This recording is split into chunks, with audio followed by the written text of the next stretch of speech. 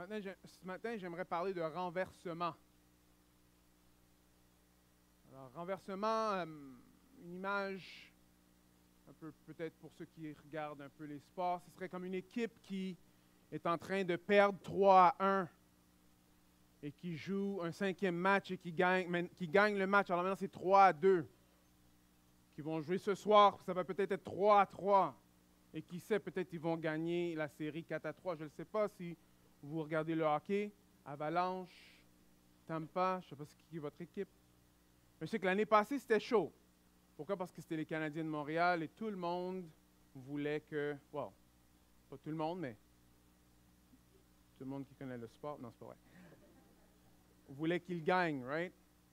Mais on aime les renversements, quelque chose qui va dans une certaine direction et on est pas mal sûr qu'elle va dans cette direction-là, mais tout d'un coup, elle va changer de direction. On a entendu 2 témoignages ce matin, qui ont encore des renversements personnels, où est-ce qu'on voit que on allait dans une certaine direction, Dieu a intervenu, et après ça a changé la direction de la vie de la personne. Si moindrement vous avez regardé l'Internet dans les 24 dernières heures, alors vous savez un peu ce qui s'est passé aux États-Unis. Alors, la Cour suprême, dans le fond, ils ont dit que la Constitution ne confère pas le droit à l'avortement. Alors, Roe et Casey sont annulés et le pouvoir de réglementer l'avortement revient au peuple et à ses représentants élus. Alors, il y a un gros renversement qui s'est fait aux États-Unis face à la loi qui était là sur le droit d'avortement. Ce n'est pas enlevé, ils peuvent toujours avoir l'avortement, mais maintenant, ça dépend dans quel état que tu te situes, etc., etc. C'est tout un renversement. Spécialement que l'année semaine passée, on était en train de voir dans la parole de Dieu qu'il ne faut pas avoir peur, il ne faut pas être dans la crainte quand on va parler des choses qu'on voit que la Bible affirme. Et on a eu ce genre de renversement-là cette semaine. Alors, les renversements, on en a plusieurs. Et il y en a beaucoup qui existent. Mais aujourd'hui, ce qu'on veut voir, on va voir des renversements que Dieu utilise pour accomplir son œuvre. Des renversements que Dieu utilise pour accomplir ses promesses. Si vous vous rappelez, on est dans l'histoire en ce moment où est-ce que Esther est la reine, Mardoché, maintenant on sait c'est qui il est relié à Esther, et Haman est mort. Haman, c'est celui qui avait fait la loi pour éliminer tous les Juifs, et Dieu a fait d'une certaine façon très ironique, mais qui a fait en sorte que la même potence que lui il avait fait pour Mardoché, maintenant c'est lui qui est mort dessus. Alors on arrive ici dans la dernière partie de l'histoire, parce qu'on aurait pensé, OK, bon, celui qui voulait tuer les Juifs, il est mort, alors l'histoire devrait terminer. Non. Pourquoi? Parce qu'il y a des lois qui ont été passées, il y a des édits qui ont été dits par le roi, et ça a des conséquences, et ces conséquences-là ne sont pas encore réglées. Alors le peuple juif sont toujours dans une situation où est-ce que le monde va venir les exterminer. Alors c'est là qu'on se rend en ce moment dans l'histoire. Alors qu'est-ce qui va se passer? Est-ce qu'on peut célébrer? Quoi faire? Alors à travers, on va voir que Dieu va nous montrer plusieurs renversements que lui, il fait afin de sauver le peuple d'Israël. Souvent, nous, quand on va penser de renversement, on veut souvent des renversements miraculeux. Alors, on va penser à Moïse quand il était en Égypte. Alors, Dieu a fait venir 10 plaies, très miraculeux. Et oui, ça c'est un renversement. Ils étaient esclaves, Dieu a renversé la situation, maintenant ils sont libres, et d'une façon miraculeuse. Mais Dieu n'utilise pas seulement le miraculeux pour faire des renversements. À travers toute l'histoire d'Esther, on voit que c'est subtil, mais c'est clair que c'est Dieu qui est derrière. Quand on lit la Bible, il faut se rappeler que le héros, c'est Dieu. Le héros, c'est Dieu. Le sauveur, c'est Dieu. On a tendance à se perdre dans les personnages ou se perdre dans les histoires et faire des applications très personnelles que ce n'est pas ça que le texte voulait qu'on fasse. C'est Dieu le héros. Ce n'est pas Esther, ce n'est pas Mardochée, même s'il les utilise à travers l'histoire. Alors, un premier renversement. Allons voir dans Esther 8, on va lire le verset 1 et 2. Alors, ce même jour, l'empereur Xerxès fit don à l'impératrice Esther de tous les biens de Haman, le persécuteur des Juifs. Et Mardochée fut introduit en présence de l'empereur, car Esther avait révélé quel était son lien de parenté avec elle. Alors l'empereur retira de son doigt l'anneau qu'il avait repris à Haman et il le donna à Mardochée. Esther se chargea de gérer les biens de Haman. Alors, quel premier renversement qu'on voit? On voit comme il y a comme un renversement, moi je dirais économique et un renversement politique qui se passe en ce moment. Alors, tous les biens de Haman sont donnés à Esther. Alors, quand c'est tous les biens de Haman, c'est tous les biens de la maison de Haman sont donnés à Esther, et Esther donne à Mardochée de se charger de ces biens-là. Ces biens-là. Si on se rappelle du début de l'histoire, Esther est quand même présentée comme une orpheline. Alors, ça n'a pas l'air qu'elle a vraiment beaucoup d'argent. Elle devient reine. Non seulement qu'elle devient reine, là, elle est dans la position pour sauver son peuple. Le roi lui donne des biens. Mardochée, lui, qui, ça fait pas plus longtemps là, que ça n'allait pas très bien. Maintenant, il est dans la cour du roi et il est honoré par le roi.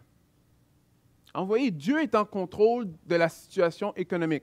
Même si, probablement dans le texte, on ne voit pas que Esther aurait besoin de cet argent-là. Mais ça a quand même été donné. Pourquoi c'est important de voir que Dieu, lui, il peut renverser les situations économiques? C'est parce que souvent, nous, on a souvent de la misère avec notre situation économique. Quand quelqu'un va venir pour faire des réparations à la maison, on va essayer de payer au noir. OK, je ne vais pas payer les taxes. Mais est-ce que c'est ça que la parole de Dieu nous demande de faire? T'sais, on va essayer de tricher sur nos taxes, on va essayer de... Dieu pourvoit. Il pourvoit aujourd'hui, il a pourvu dans le temps d'Esther, il va toujours pourvoir. Alors, sachant que Dieu peut faire ce genre de renversement-là, ça devrait nous aider à être fidèles et à s'attendre à lui. À s'attendre à lui. Pour des exemples, dans cette assemblée, dans les dernières semaines, on en a eu plusieurs, de comment que Dieu y pourvoit financièrement. Vous savez, Dieu, lui, prend soin de ses enfants. Il prend soin de ses enfants. Il prend soin de chacun d'entre nous. Le problème, c'est quand nous, on oublie qu'il fait ça ou qu'on décide d'essayer de pourvoir juste pour nous-mêmes. OK, cette fois-ci, c'est pas si pire.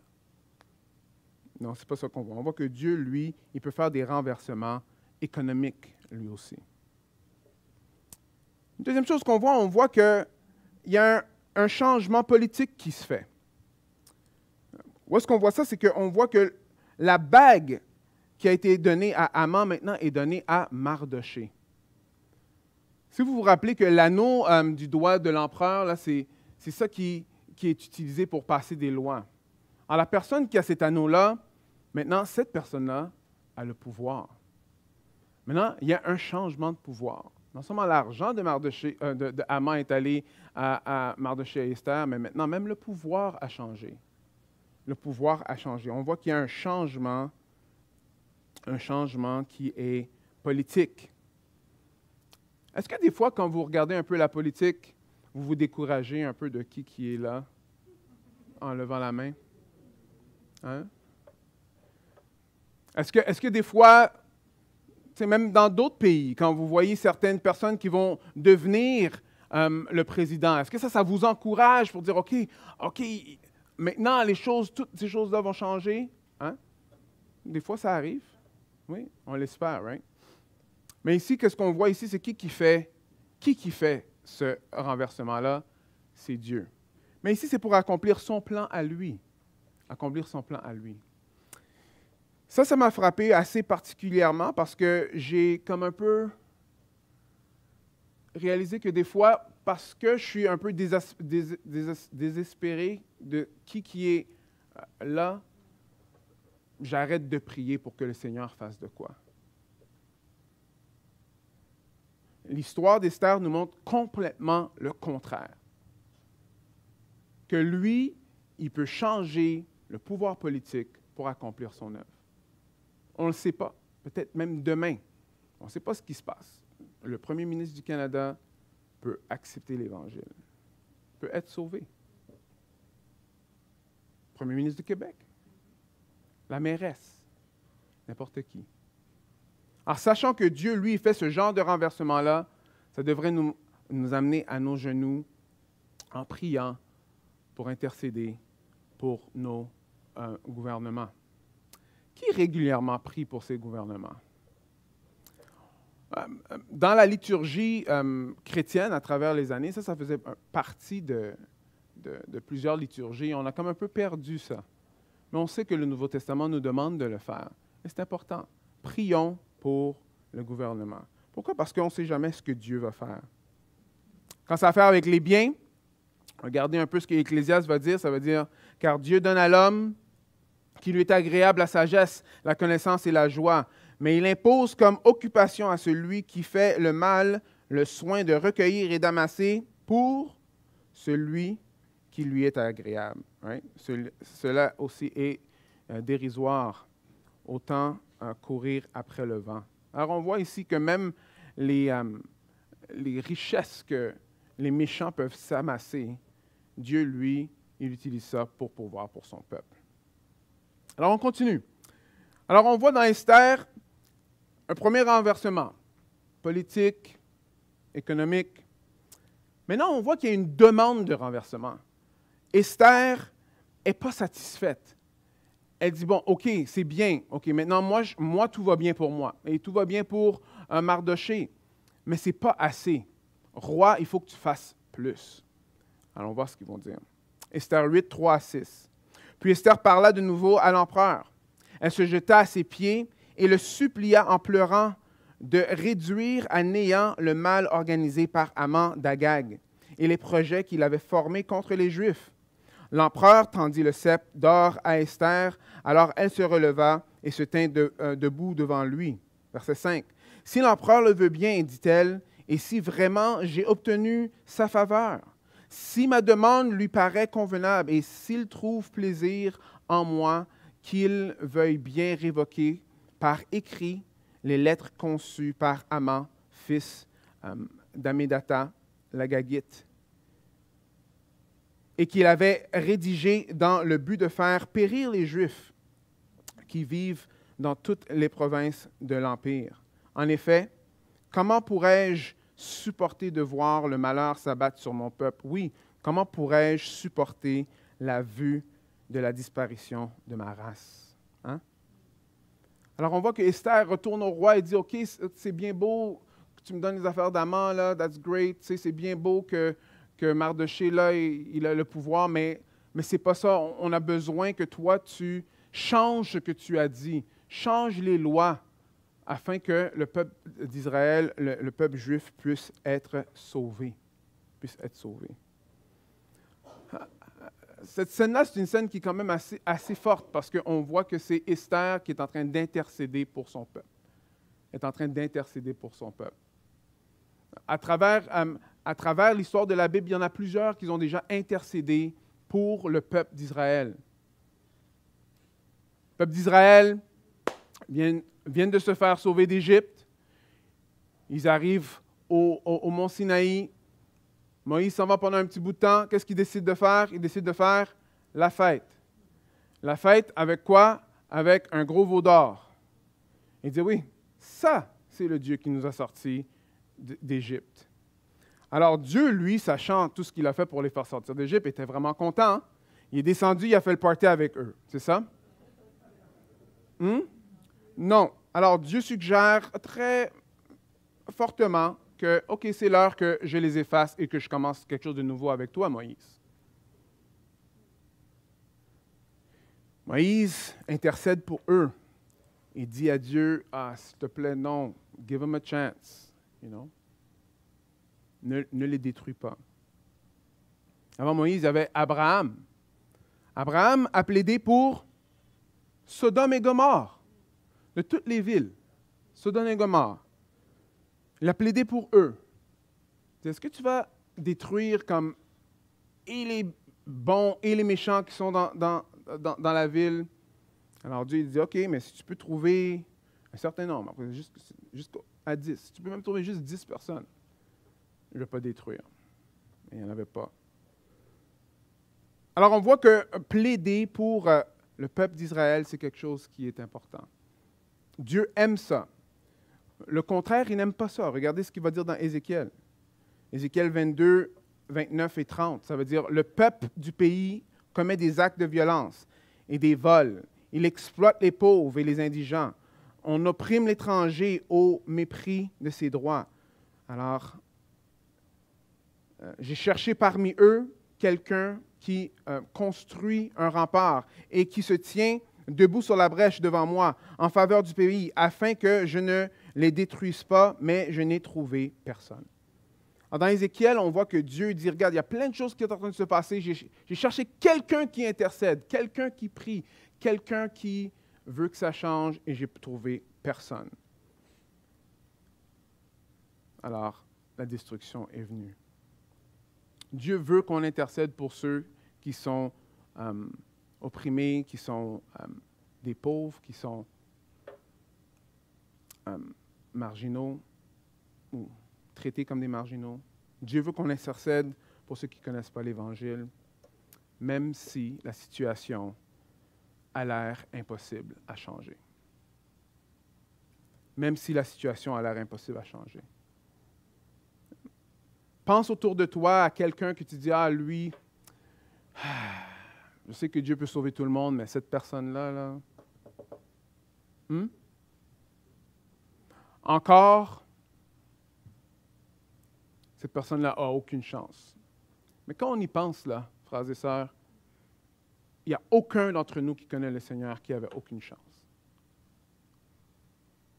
Il n'y a aucun d'entre nous qui vivait sa vie tellement bien que Dieu a dit, « Ah, s'il te plaît, viens, fais partie de mon équipe. » Et si c'est le cas, bon, tu n'es pas dans l'équipe de Dieu.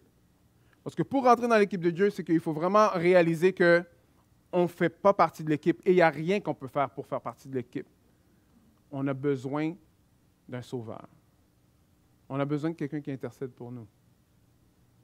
Et c'est Jésus qui intercède pour nous.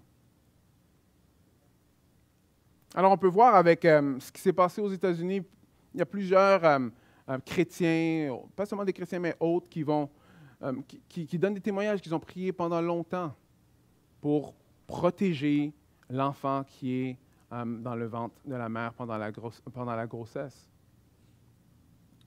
Ça ressemble un peu à ceux qui sont démunis, ceux qui ne sont pas capables de se battre pour survivre. Et je crois que c'est une bonne chose de prier pour ces choses-là. Par contre, si vous voulez que je sois à 100% honnête avec vous, il faut continuer à prier. Parce que ce n'est pas des lois qui changent les cœurs. Même s'il y a des lois qui changent, on voit qu'il y a même encore plus de monde qui sont enragés, ou peut-être on entend plus de monde qui sont enragés. Mais on peut prier que Dieu transforme les cœurs. Et ça veut dire qu'il ne faut pas arrêter d'intercéder, même si la situation a l'air comme si elle est impossible à changer. Jésus a vu une situation qui était impossible à changer. Et il est venu la changer. Et je le glorifie pour ça. Merci Jésus d'être venu me sauver. Si tu connais Jésus-Christ, c'est ton histoire aussi. Une situation qui avait de l'air impossible. Christ est mort pour nous. Amen. Oui. Alors on a vu un renversement politique et économique. On a aussi vu un renversement, une demande de renversement pour les autres. Maintenant, on rentre dans un renversement national. Alors, Dieu a fait un changement national. Alors, je vais lire un tout petit peu à travers, je ne vais pas lire tous les versets, mais juste pour qu'on puisse avoir une idée. Alors l'empereur Xerxès répondit à l'impératrice Esther et au juif Mardochée, en ce qui me concerne, j'ai déjà donné à Esther les biens d'Aman, et lui, je l'ai fait pendre à la potence parce qu'il voulait porter la main sur les Juifs. Alors, vous maintenant, rédigez des lettres concernant les Juifs comme vous le jugez bon. Écrivez-le au nom de l'empereur et cachetez-les avec le sceau impérial. En effet, un document rédigé au nom de l'empereur est cacheté et son sceau est irrévocable. Alors, c'est intéressant de voir un peu dans l'histoire parce que, faire attention, Xerxès, lui, là, je m'en lave les mains, là. Tu sais, j'ai tué le gars, tu comprends ce que je veux dire? Je t'ai donné ses biens, tout est beau. C'est un peu ça qu'il est en train de dire. J'ai déjà acquitté mon nom à moi. Tu sais? Il dit pour pouvoir porter la main sur les Juifs, mais ce n'est pas vraiment ça, parce qu'on sait qu'il y a toujours un édit dessus. Xerxès, à travers toute l'histoire, on voit son caractère. Il a besoin de Jésus. Hein? Amen? Comme tout le monde de l'histoire, par contre. Mais mais on continue. Après, on voit que l'édit que lui, il a dit, c'est un édit qui est irrévocable. Ce n'est pas quelque chose qu'on peut changer au jour au lendemain. Ça a été dit, ça ne va pas changer. C'est un édit qui est irrévocable. That's it. Right? Alors, ce qui se passe par la grâce de Dieu, encore une fois, il y a un renversement, mais ce n'est pas un renversement où est-ce qu'il va juste complètement enlever la loi. Il dit, OK, maintenant, vous faites une loi qui va faire en sorte que les Juifs peuvent se défendre. C'est ça qui se passe. Alors, dans le fond, ils vont convoquer tous les impériaux, ils vont écrire la loi, et la loi, dans le fond, va être exactement le contraire de la loi d'Aman. Le contraire de la loi d'Aman. Alors, je vais vous lire à partir du verset 11. Par cet édit, l'empereur autorisait les Juifs de chaque ville à se regrouper pour défendre leur vie, à massacrer, tuer et exterminer toute bande armée d'un peuple ou d'une province qui les attaquerait, y compris leurs enfants, leurs femmes, et à piller les biens de ces gens.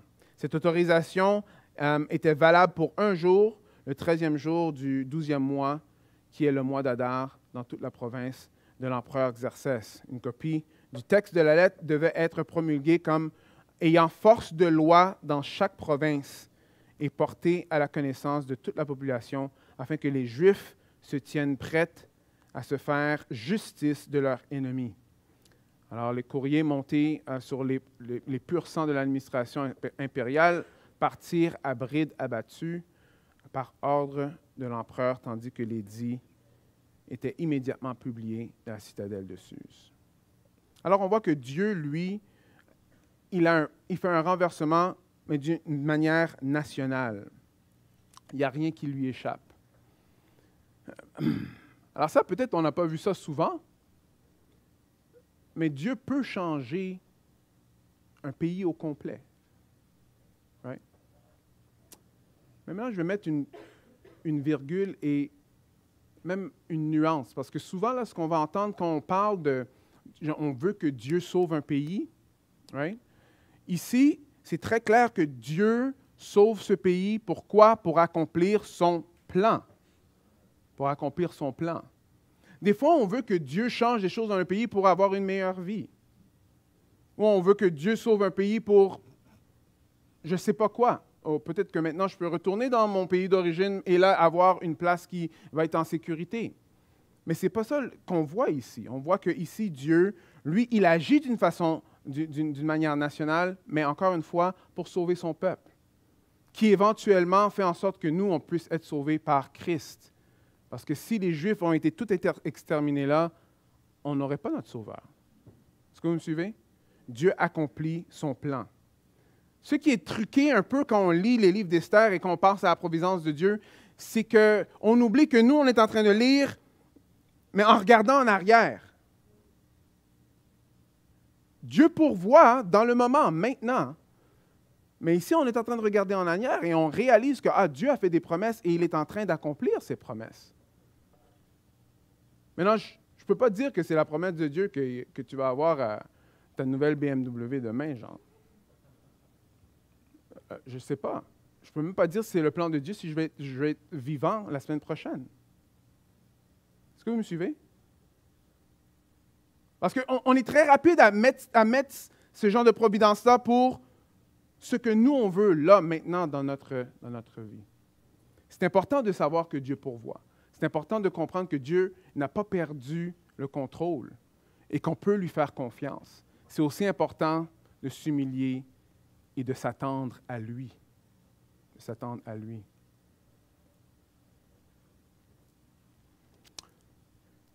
Chose qu'on peut voir dans le texte, c'est on peut se poser, mais pourquoi le peuple d'Israël? Est-ce que le peuple d'Israël est un peuple qui est meilleur que les autres? Peut-être. Eux, ils ont des sacrifices. Est-ce qu'ils sont un peuple qui est meilleur que les autres? Allons voir ce qui est écrit dans Deutéronome. Et ça va nous aider à comprendre un peu à quel point que on doit comprendre ce qui se passe. Alors, lorsque l'Éternel, ton Dieu, les aura dépossédés en ta faveur, ça c'est les ennemis, les ennemis du pays d'Israël. Alors, c'est parce que je suis juste. Non, attends. Ne t'avise pas de penser, car c'est parce que je suis juste. Pourquoi j'ai dit un quart? On recommence. Alors, lorsque l'Éternel, ton Dieu, les aura dépossédés en ta faveur, ne t'avise pas de penser, c'est parce que je suis juste que l'Éternel m'a fait venir pour prendre possession de ce pays. Non, c'est à cause de la perversité de ces nations qu'il va les chasser. Ce n'est vraiment pas parce que tu es juste ou que tu as la droiture dans ton cœur que tu vas entrer en possession de leur pays. En vérité, parce que ces nations sont perverses que l'Éternel, ton Dieu, va les déposséder en ta faveur. C'est aussi pour tenir la promesse que l'Éternel a faite avec serment à tes ancêtres Abraham et Isaac. Alors, sache donc bien que ce n'est pas parce que tu es juste que l'Éternel, ton Dieu, te donne ce bon pays en possession. En fait, tu es un peuple rebelle. C'est quelque chose, hein? Alors ici, on voit que Dieu, lui, pourquoi il a choisi Israël, c'est parce qu'il a choisi Israël. That's it. Dieu, s'il t'a sauvé, il t'a prédestiné avant qu'il a même créé la terre et les cieux. Pourquoi? C'est parce que lui, il t'a choisi. Pas parce que tu es plus fin que la personne à côté. Pas parce que moi, je suis plus fin que la personne à côté. Au contraire, on sait que nos cœurs sont rebelles. Et si ce n'était pas pour Dieu qui fait une œuvre de grâce dans notre vie, il n'y aurait pas d'œuvre de grâce. Est-ce que vous êtes toujours avec moi? Alors, quand on pense à la providence, des fois, on va penser, wow, le Seigneur a fait quelque chose de bien dans ma vie because I'm good, parce que je suis en train de faire des bonnes choses. Non, la pluie tombe sur le bon et sur le méchant. On peut avoir des hommes qui sont justes, qui suivent la parole de Dieu à 100%, et il y a des calamités qui arrivent dans leur vie, et ce n'est pas parce que, nécessairement, il y a les calamités qui arrivent parce qu'eux, ils sont mauvais. Et il y a des personnes qui font le mal et qui ont des choses qui sont bien qui arrivent dans leur vie, et ce n'est pas nécessairement relié. Pas nécessairement relié. Alors, on voit ici que Dieu, lui, oui, il pourvoit d'une façon nationale, mais c'est toujours pour accomplir son œuvre. Et la raison pour laquelle il a chassé, ou il a demandé au peuple d'Israël de chasser les autres peuples qui étaient dans le pays de Canaan, c'était afin de préserver le peuple d'Israël pour accomplir son plan. OK, deux dernières choses. Alors, la première chose que j'aimerais parler, c'est que quand on lit des édits où est-ce qu'on voit que, hey, c'est écrit qu'ils vont tuer les enfants et les femmes, genre, tu sais, comme, what's going on, tu sais. C'est des textes qui reflètent beaucoup, qui reflètent le jugement de Dieu.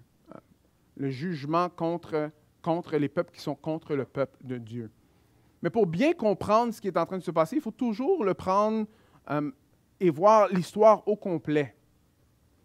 Parce qu'on va voir que Dieu, au début, il combat pour Israël.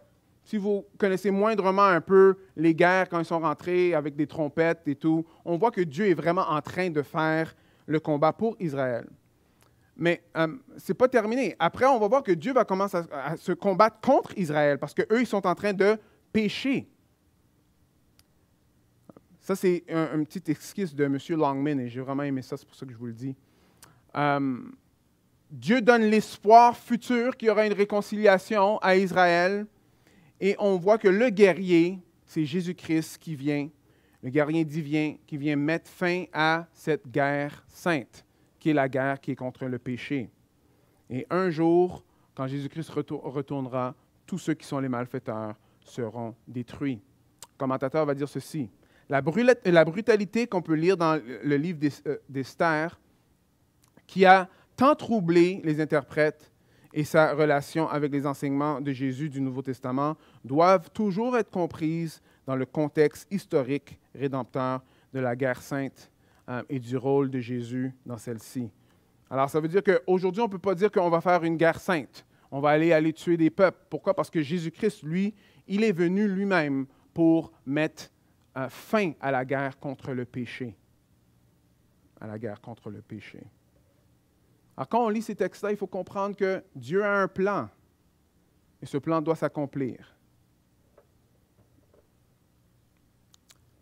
Et ultimement, c'est Jésus-Christ qui vient l'accomplir pour nous. Dernier point. Il y a un renversement d'affliction. Esther 8, 15 à 17. Mardochée sortit de chez l'empereur, revêtu d'un habit impérial violet et blanc, et portant une grande couronne d'or et un manteau de byssus et de pourpre. Toute la ville de Suse retentissait de cris de joie et se réjouissait. Pour les Juifs, ce fut un jour lumineux, un jour de bonheur, de joie et de gloire. Et en chaque province, en chaque ville et en tout lieu où parvenaient l'ordonnance et l'édit de l'empereur, ce fut pour les Juifs le bonheur, la joie, ainsi qu'une occasion de festin et de fête. Un grand nombre de gens du pays se firent juifs, tant les Juifs leur inspiraient de crainte. La dernière fois qu'on a entendu parler de la ville et les Juifs, ils étaient quoi? Ils étaient en sac de cendres. Ils étaient abasourdis de ce qui est en train de se passer. Ils avaient peur. Qu'est-ce qui va se passer? On va nous éliminer. Et maintenant, on voit, excusez-moi, le contraire de ça. Parce que là, on voit qu'ils sont en joie, plein de bonheur, et ils donnent beaucoup de gloire. Alors, ici, on voit que Dieu a renversé la situation d'une affliction. Ils étaient affligés de ce qui allait se passer, et maintenant, ils sont pleins de joie. Plein de joie. Ça va même au point de dire que le monde autour là, voyait que les Juifs, ils sont contents, et eux aussi sont contents. Et il y en a même qui sont devenus Juifs. Ils sont devenus Juifs. Maintenant, est-ce que c'est des vraies conversions? Est-ce qu'il y en a eu des vraies conversions? Peut-être. Est-ce que le texte dit « tant les Juifs leur inspiraient de crainte ». Alors, c'est un peu comme dans le temps, OK, alors les chrétiens, on voit que, OK, Rome devient chrétien. Alors là, si tu deviens chrétien, là, tu peux avoir des bons postes et tout et tout. Alors, OK, je suis chrétien. Hein? Alors, on voit ça, que c'est un peu pour ça qui est en train de se passer. Les Juifs commencent à avoir beaucoup de pouvoir politique. Let's become Jews. Hein? On devient des Juifs. Par contre, dans ça, on ne peut pas dire qu'il n'y en a pas qui ne l'ont pas fait honnêtement. Pourquoi? Parce que ce n'est pas écrit dans le texte. Pourquoi je vous dis tout ça? C'est parce que il y a un édit qui a été dit, qui est bien plus important ou qui fait bien plus peur que l'édit d'Exercès. Et c'est Dieu qui l'a dit. De la même façon que Xerxès, son édit, lui, c'était un édit irrévocable, Dieu, lui aussi, il a fait un édit irrévocable. Et cet édit-là, ça devrait faire peur à tout le monde. C'est celui-ci. Car le salaire que verse le péché, c'est quoi? C'est la mort. Ou, il va dire ceci. Tous ont péché, en effet, et sont privés de la gloire de la présence de Dieu. Dieu a dit ça. Et Dieu n'est pas un menteur. Alors, le salaire du péché, c'est la mort.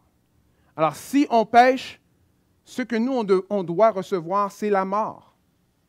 Et c'est un édit qui est irrévocable. Est-ce que vous voyez ça? Et de la même façon qu'il va renverser la situation avec les Juifs par un autre édit qui va, dans le fond, arranger la situation. Voici la bonne nouvelle. Mais le don gratuit que Dieu accorde, c'est quoi? C'est la vie éternelle dans l'union avec Jésus-Christ, notre Seigneur. Pierre va dire ceci. Il a pris nos péchés sur lui et il les a apportés dans son corps, sur la croix, afin qu'en étant pour le péché, mort pour le péché, nous menions une vie juste. Oui, c'est par ces blessures que vous avez été guéris. Le péché va vers la mort. Le péché va vers la mort. Et si tu ne connais pas Jésus-Christ ce matin, quand je dis ça, tu dis, mais voyons donc, c'est qui peut arrêter de pécher? C'est qui peut arrêter de pécher? Toi, le pasteur, t'arrêtes de pécher, toi? C'est des bonnes réflexions. Parce que la réponse, c'est non. Alors, tout le monde mérite la mort. Mais la bonne nouvelle, c'est que Jésus-Christ, lui, il est venu et il est mort pour enlever le péché, pour détruire le péché, pour que, en lui, il va être considéré comme pécheur quand lui, il n'a jamais péché. Et il meurt à notre place. Il meurt à ta place. De la même façon que le péché va vers la mort, alors Jésus-Christ, lui, il est mort pour tous ceux qui se tournent vers lui. Et la bonne nouvelle, c'est en mettant ta confiance en Jésus-Christ, tu peux avoir la vie. Pas un édit de mort, mais un édit de vie qui est en Christ. C'est par ces blessures que nous avons été guéris. Dieu pourvoit. Si on réduit l'histoire à juste l'histoire de Esther et on ne voit pas tout le plan rédempteur de Dieu, on va vraiment manquer le point de l'histoire. Parce qu'on n'arrive pas à Jésus-Christ si on reste juste dans l'histoire de Esther. Esther pointe vers un meilleur intercesseur. L'histoire de Esther pointe vers un autre édit qui est encore plus redoutable, mais que Dieu encore y pourvoit la solution. Si tu peux dire aujourd'hui, est-ce que tu es capable de dire le mot aujourd'hui? Alors aujourd'hui, c'est le jour du salut. Encore aujourd'hui, tu peux te repentir et te tourner vers Dieu. Parce que le jour que Jésus-Christ retourne, c'est terminé, cette grâce-là. Et de la même façon qu'on a vu que les ennemis de Dieu ont été détruits, que ce soit hommes, femmes et enfants, c'est la même chose qui va se passer quand Jésus-Christ va retourner. L'enfer existe pour de vrai. Mais la présence avec Jésus-Christ existe pour de vrai aussi. Alors si tu peux dire aujourd'hui encore? Aujourd'hui, c'est le jour du salut. Prions ensemble. Merci, Père éternel, pour la grâce qu'encore une fois tu nous donnes. Tu es tellement bon envers nous. Seigneur, tu pourvois, tu renverses les choses. Et Seigneur, je te prie que tu puisses continuer à faire des renversements dans la vie de chacun pour accomplir ton œuvre, pour en sauver plusieurs comme toi tu veux. Tu veux que tous soient sauvés. Seigneur, c'est ça que tu dis. Seigneur, je prie pour certains qui ne te connaissent pas, certains qui résistent encore. Je te prie, Seigneur, que tu puisses continuer à leur parler. Moi, je te prie, Seigneur, qu'ils puissent s'humilier et se tourner vers toi. Merci, Seigneur, que tu donnes encore cette chance-là, maintenant, aujourd'hui, pour ça. Merci, Seigneur, que tu pourvois pour nos finances. Merci, Seigneur, que tu pourvois pour même la politique. Merci, Seigneur, qu'on puisse voir qu'on n'est pas abandonné. Et que, Seigneur, toi, tu es capable de faire des renversements pour accomplir ton œuvre. Alors, je te prie, Seigneur, que nous, on puisse être attachés à toi et que notre cœur puisse être en ligne avec le tien pour accomplir ce que toi, tu as promis. Reviens, Jésus. Je prie ça en ton nom. Amen.